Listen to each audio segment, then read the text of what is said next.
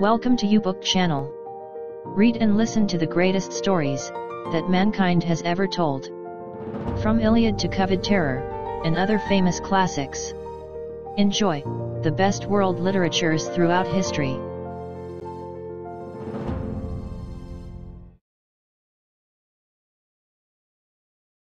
Copyright 2021. By Jerry Ducatis. All rights reserved.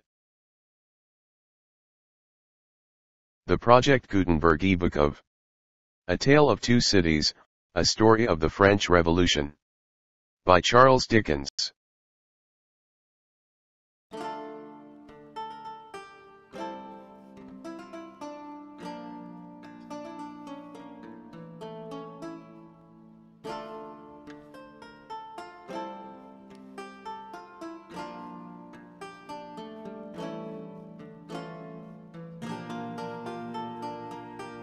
A Tale of Two Cities, A Story of the French Revolution.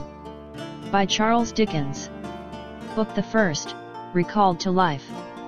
Chapter 5. The Wine Shop. A large cask of wine had been dropped and broken, in the street. The accident had happened in getting it out of a cart, the cask had tumbled out with a run, the hoops had burst, and it lay on the stones just outside the door of the wine shop, shattered like a walnut shell. All the people within reach had suspended their business, or their idleness, to run to the spot and drink the wine. The rough, irregular stones of the street, pointing every way, and designed, one might have thought, expressly to lame all living creatures that approached them, had dammed it into little pools. These were surrounded, each by its own jostling group or crowd, according to its size.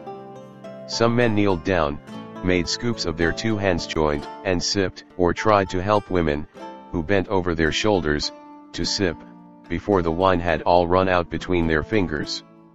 Others, men and women, dipped in the puddles with little mugs of mutilated earthenware, or even with handkerchiefs from women's heads, which were squeezed dry into infants' mouths.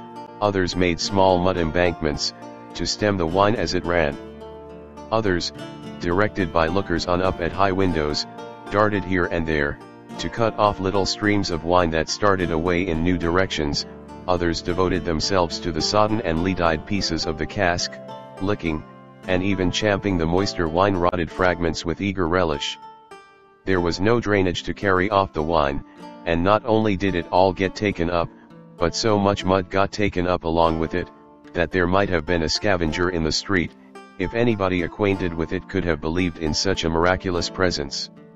A shrill sound of laughter and of amused voices of men, women, and children resounded in the street while this wine game lasted. There was little roughness in the sport, and much playfulness. There was a special companionship in it, an observable inclination on the part of every one to join some other one, which led, especially among the luckier or lighter-hearted, to frolicsome embraces, drinking of healths, shaking of hands, and even joining of hands and dancing, a dozen together. When the wine was gone, and the places where it had been most abundant were raked into a gridiron patterned by fingers, these demonstrations ceased, as suddenly as they had broken out. The man who had left his saw sticking in the firewood he was cutting, set it in motion again. The women who had left on a doorstep the little pot of hot ashes, at which she had been trying to soften the pain in her own starved fingers and toes, or in those of her child, returned to it.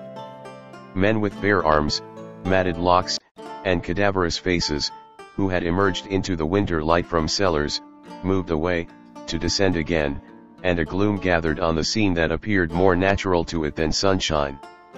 The wine was red wine, and had stained the ground of the narrow street in the suburb of Saint-Antoine, in Paris, where it was spilled.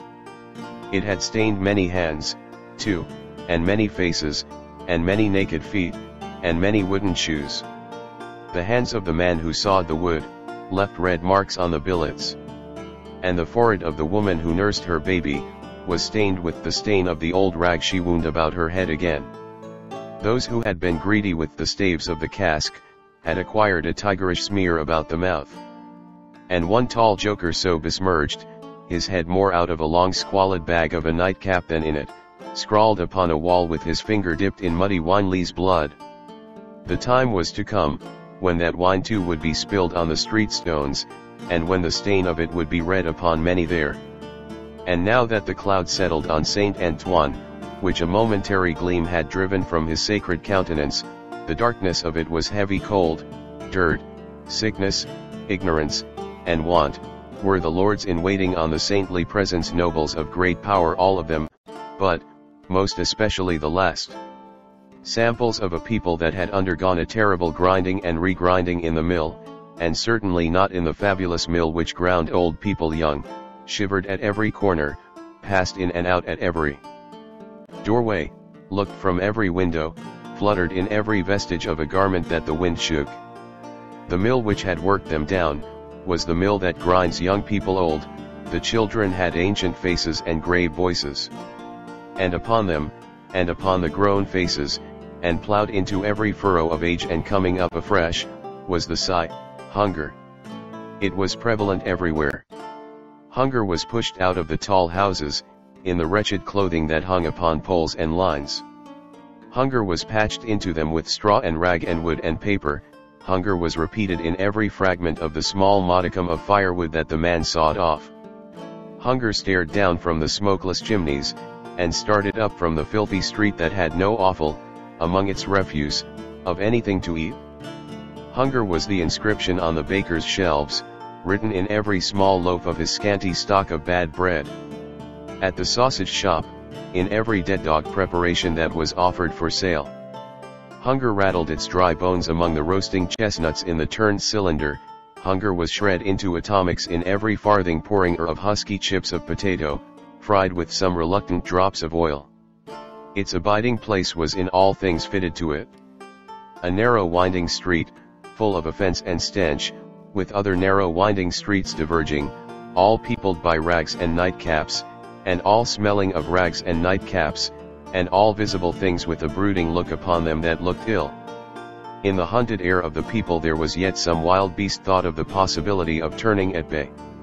Depressed and slinking though they were, eyes of fire were not wanting among them, nor compressed lips, white with what they suppressed. Nor foreheads knitted into the likeness of the gallows rope they mused about enduring, or inflicting. The trade signs, and they were almost as many as the shops, were, all, grim illustrations of want. The butcher and the porkman painted up, only the leanest scrags of meat. The baker, the coarsest of meager loaves. The people rudely pictured as drinking in the wine shops, croaked over their scanty measures of thin wine and beer, and were gloweringly confidential together. Nothing was represented in a flourishing condition, save tools and weapons, but the cutler's knives and axes were sharp and bright, the smith's hammers were heavy, and the gunmaker's stock was murderous. The crippling stones of the pavement, with their many little reservoirs of mud and water, had no footways, but broke off abruptly at the doors. The kennel, to make amends, ran down the middle of the street when it ran at all, which was only after heavy rains, and then it ran, by many eccentric fits, into the houses. Across the streets, at wide intervals, one clumsy lamp was slung by a rope and pulley. At night, when the lamplighter had let these down, and lighted, and hoisted them again, a feeble grove of dim wicks swung in a sickly manner overhead, as if they were at sea. Indeed they were at sea, and the ship and crew were in peril of tempest. For, the time was to come, when the gaunt scarecrows of that region should have watched the lamplighter, in their idleness and hunger, so long, as to conceive the idea of improving on his method, and hauling up men by those ropes and pulleys, to flare upon the darkness of their condition. But, the time was not come yet, and every wind that blew over France shook the rags of the scarecrows in vain, for the birds, fine of song and feather, took no warning. The wine shop was a corner shop, better than most others in its appearance and degree, and the master of the wine shop had stood outside it, in a yellow waistcoat and green breeches, looking on at the struggle for the lost wine. "It's not my affair," said he, with a final shrug of the shoulders. "The people from the market did it. Let them bring another." "There," his eyes happening to catch the tall joker writing up his joke, he called to him across the way, "Say, then, my Gaspard, what do you do there?" The fellow pointed to his joke with immense significance, as is often the way with his tribe. It missed its mark, and completely failed, as is often the way with his tribe too. "What now? Are you a subject for the mad hospital?" said the wine shop keeper, crossing the road, and obliterating the jest with a handful of mud, picked up for the purpose, and smeared over it. "Why do you write in the public streets? Is there, tell me thou, is there no other place to write such words in?" In his expostulation he dropped his cleaner hand, perhaps accidentally, perhaps not, upon the joker's heart. The joker rapped it with his own, took a nimble spring upward, and came down in a fantastic dancing attitude, with one of his stained shoes jerked off his foot into his hand, and held out. A joker of an extremely, not to say wolfishly practical character, he looked, under those circumstances. Put it on," said the other. "Call wine, and finish there." With that advice, he wiped his soiled hand upon the joker's dress, such as it was quite deliberately, as having dirted the hand on his account, and then recrossed the road and entered the wine shop. This wine shop keeper was a bull-necked, martial-looking man of 30, and he should have been of a hot temperament, for, although it was a bitter day, he wore no coat, but carried one slung over his shoulder. His shirt sleeves were rolled up, too, and his brown arms were bare to the elbows. Neither did he wear anything more on his head than his own crisply curling short dark hair. He was a dark man altogether, with good eyes and a good bold breadth between them. Good-humored looking on the whole, but implacable looking, too, evidently a man of a strong resolution and a set purpose.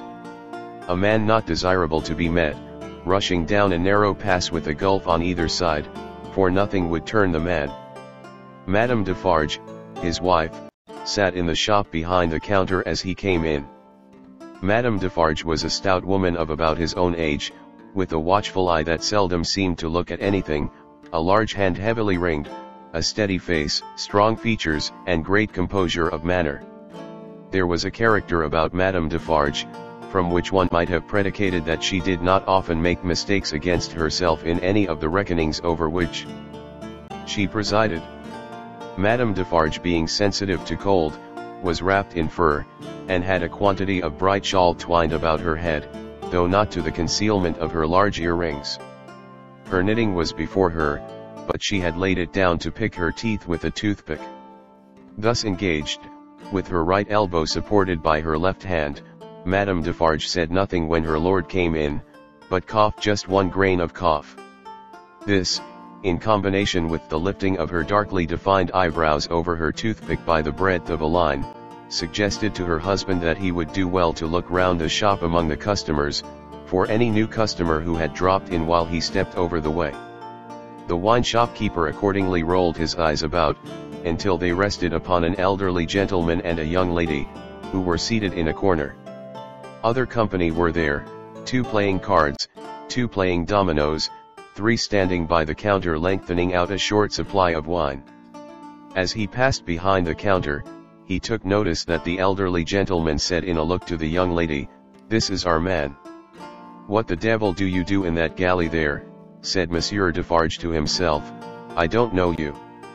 But, he feigned not to notice the 2 strangers, and fell into discourse with the triumvirate of customers who were drinking at the counter. "How goes it, Jacques?" said one of these 3 to Monsieur Defarge. "Is all the spilt wine swallowed?" "Every drop, Jacques," answered Monsieur Defarge. When this interchange of Christian name was effected, Madame Defarge, picking her teeth with her toothpick, coughed another grain of cough, and raised her eyebrows by the breadth of another line. "It is not often," said the second of the 3, addressing Monsieur Defarge, "that many of these miserable beasts know the taste of wine, or of anything but black bread and death. Is it not so, Jacques?" "It is so, Jacques," Monsieur Defarge returned. At this second interchange of the Christian name, Madame Defarge, still using her toothpick with profound composure, coughed another grain of cough, and raised her eyebrows by the breadth of another line. The last of the three now said his say, as he put down his empty drinking vessel and smacked his lips. Ah! So much the worse. A bitter taste it is that such poor cattle always have in their mouths, and hard lives they live, Jacques. Am I right, Jacques? You are right, Jacques, was the response of Monsieur Defarge.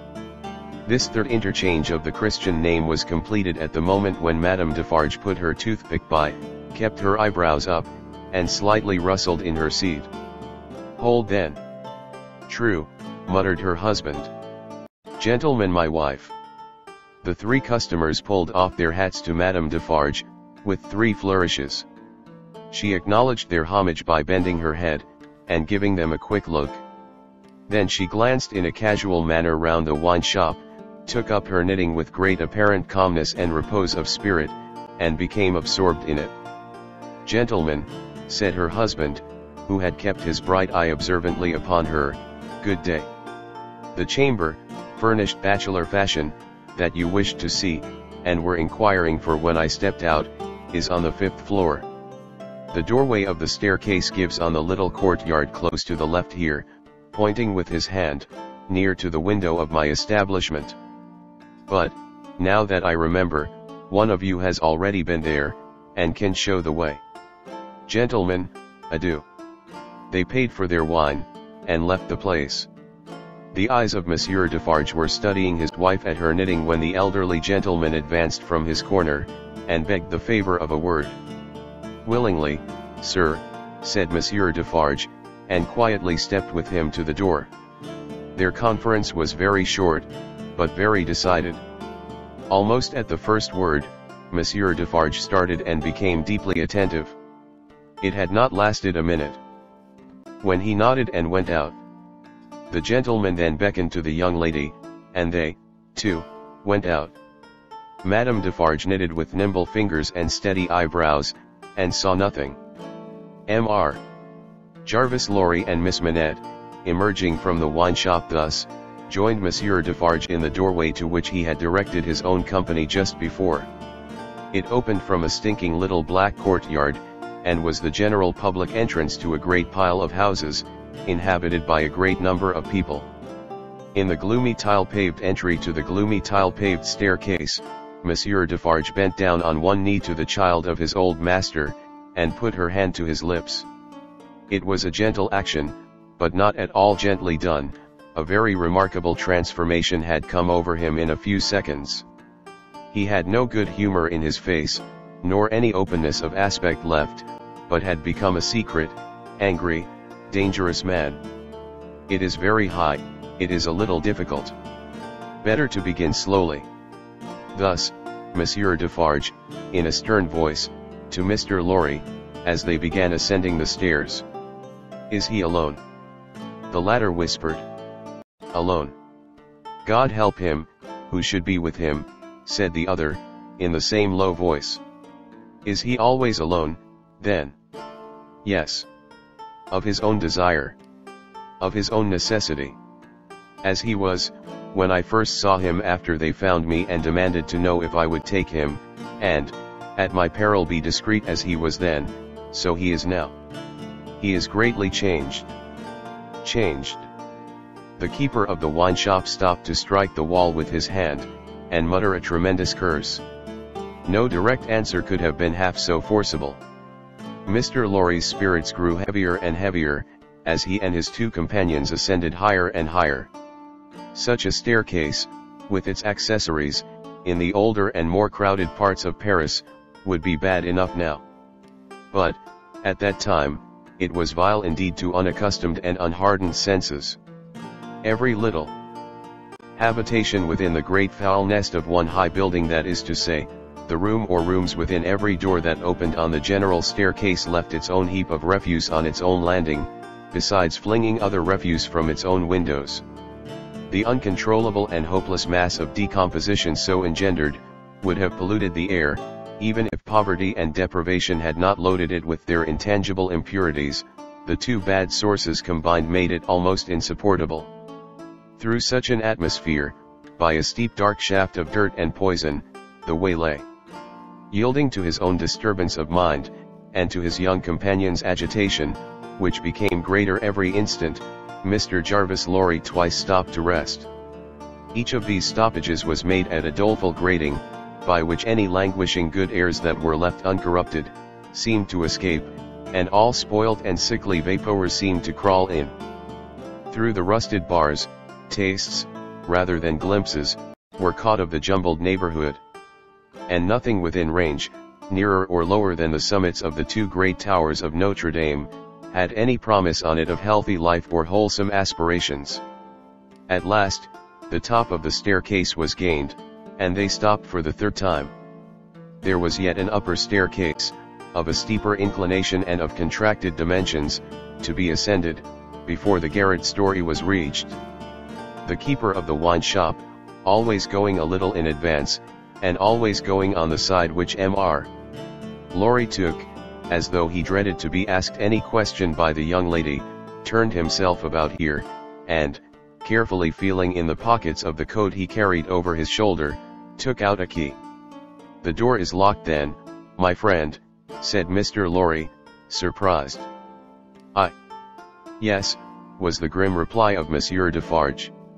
"You think it necessary to keep the unfortunate gentleman so retired?" "I think it necessary to turn the key." Monsieur Defarge whispered it closer in his ear, and frowned heavily. "Why? Why?" "Because he has lived so long, locked up, that he would be frightened rave tear himself to pieces die come to I know not what harm if his door was left open." "Is it possible?" exclaimed Mr. Lorry. "Is it possible?" repeated Defarge, bitterly. "Yes. And a beautiful world we live in, when it is possible, and when many other such things are possible, and not only possible, but done, see you, under that sky there, every day. Long live the devil! Let us go on." This dialogue had been held in so very low a whisper, that not a word of it had reached the young lady's ears. But, by this time she trembled under such strong emotion, and her face expressed such deep anxiety, and, above all, such dread and terror, that Mr. Lorry felt it incumbent on him to speak a word or two of reassurance. "Courage, dear miss. Courage. Business. The worst will be over in a moment, it is but passing the room door, and the worst is over. Then, all the good you bring to him, all the relief, all the happiness you bring to him, begin. Let our good friend here, assist you on that side. That's well, friend Defarge. Come, now. Business, business." They went up slowly and softly. The staircase was short, and they were soon at the top. There, as it had an abrupt turn in it, they came all at once in sight of three men, whose heads were bent down close together at the side of a door, and who were intently looking into the room to which the door belonged, through some chinks or holes in the wall. On hearing footsteps close at hand, these three turned, and rose, and showed themselves to be the three of one name who had been drinking in the wine shop. "I forgot them in the surprise of your visit," explained Monsieur Defarge. "Leave us, good boys, we have business here." The three glided by, and went silently down. There appearing to be no other door on that floor, and the keeper of the wine shop going straight to this one, when they were left alone, Mr. Lorry asked him in a whisper, with a little anger, "Do you make a show of Monsieur Manette?" "I show him, in the way you have seen, to a chosen few." "Is that well?" "I think it is well." "Who are the few? How do you choose them?" "I choose them as real men, of my name Jacques is my name, to whom the sight is likely to do good." "Enough, you are English, that is another thing. Stay there, if you please, a little moment." With an admonitory gesture to keep them back, he stooped, and looked in through the crevice in the wall. Soon raising his head again, he struck twice or thrice upon the door, evidently with no other object than to make a noise there. With the same intention, he drew the key across it, 3 or 4 times, before he put it clumsily into the lock, and turned it as heavily as he could. The door slowly opened inward under his hand, and he looked into the room and said something. A faint voice answered something. Little more than a single syllable could have been spoken on either side. He looked back over his shoulder, and beckoned them to enter. Mr. Laurie got his arm securely round the daughter's waist, and held her, for he felt that she was sinking. Business, business, he urged, with the moisture that was not of business shining on his cheek. Come in, come in. I am afraid of it, she answered, shuddering. Of it? What? I mean of him. Of my father. Rendered in a manner desperate, by her state and by the beckoning of their conductor, he drew over his neck the arm that shook upon his shoulder, lifted her a little, and hurried her into the room. He sat her down just within the door, and held her, clinging to him. Defarge drew out the key, closed the door, locked it on the inside, took out the key again, and held it in his hand. All this he did, methodically, and with as loud and harsh an accompaniment of noise as he could make. Finally, he walked across the room with a measured tread to where the window was. He stopped there, and faced round. The garret, built to be a depository for firewood and the like, was dim and dark, for, the window of dormer shape, was in truth a door in the roof, with a little crane over it for the hoisting up of stores from the street, unglazed, and closing up the middle in two pieces, like any other door of French construction. To exclude the cold, one half of this door was fast closed, and the other was opened but a very little way. Such a scanty portion of light was admitted through these means, that it was difficult, on first coming in, to see anything. And long habit alone could have slowly formed in any one, the ability to do any work requiring nicety in such obscurity. Yet, work of that kind was being done in the garret. For, with his back towards the door, and his face towards the window where the keeper of the wine shop stood looking at him, a white-haired man sat on a low bench, stooping forward and very busy, making shoes.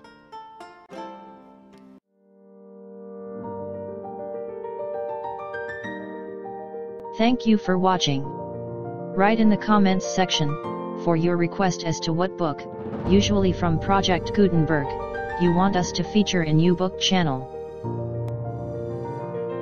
Click like to boost the rating of YouBook channel, make a comment for us for the improvement of our services, and share this video to your friends, with the copyright intact. Please click subscribe, and hit the bell button to be notified of new uploads from YouBook channel.